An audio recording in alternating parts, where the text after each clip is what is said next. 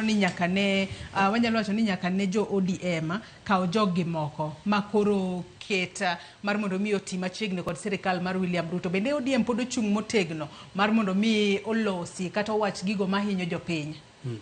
Joyce erokamano. ODM kaka party wan gi identity marwa. ODM kaka party wang'eyo ni quality identity marwa mad bedo progressive party e Kenya kae.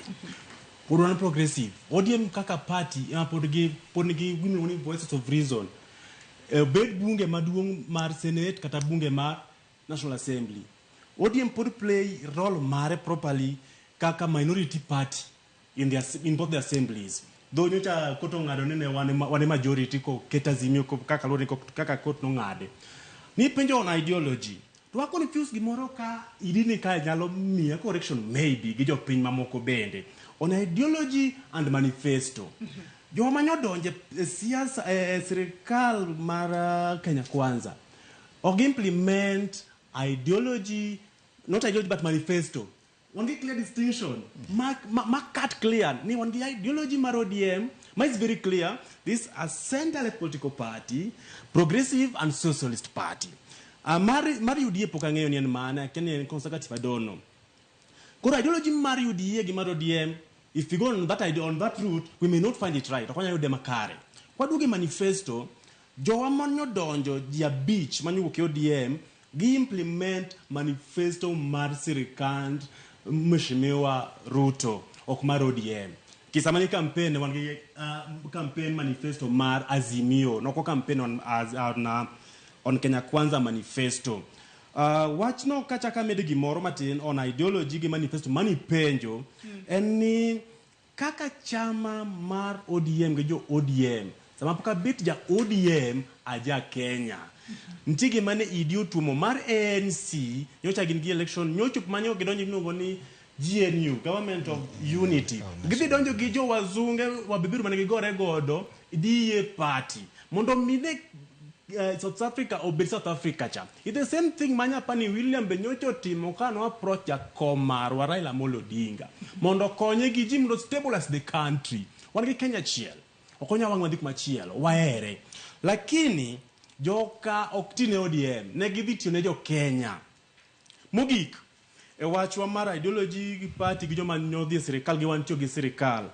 Adire mantie mangema ni sirikal mantika uono is unpopular okwanya uondore unless ni ntiki manyocha the former the second vice president deputy president wajo one life support machine mar sirikal mantika ka uono mar Kenya Kwanza ni to adir mantie mangima ni kupo ni ogitimo ka jakombe nyalo dwaro to we can also withdraw ka jakombe luongo wa to kupo ni gitimo gik mowinjore within our ideologies and our manifesto on good governance Mawa watemongi okaponi William can implement kaja kombe nyo wacho ni wake or wear this law a watch mar NADCO report what on an implementation what on kaka gigiringo abiso nombudo sana court case and there kuruma gik maso pertinent to the political party maramado ODM toka wanjo matindo walu very keenly one give much interest Gichinche part more can be I'm pretty sure idiongeyo. Ni wangara delay on the issuing of the ID cards. Wakiaka sirikal timogin deliberately why?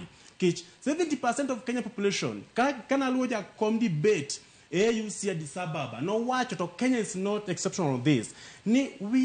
Africa is the youngest population. So Kenya is one of the African countries, 70% of the young population, ma one godo a continent. To jomathindo gitamo yudo ID. Mundo mkikwa beti voting right and vying right in 2027. Mangi achiel kum gik muabite mu push ka nyalore kukale duondo jakom kende duondo party mar ODM. Mundo sirikal or issue ID timely. To ka nyalore bende. It should be one of the reforms ID mundo kibine wa push kaka chama.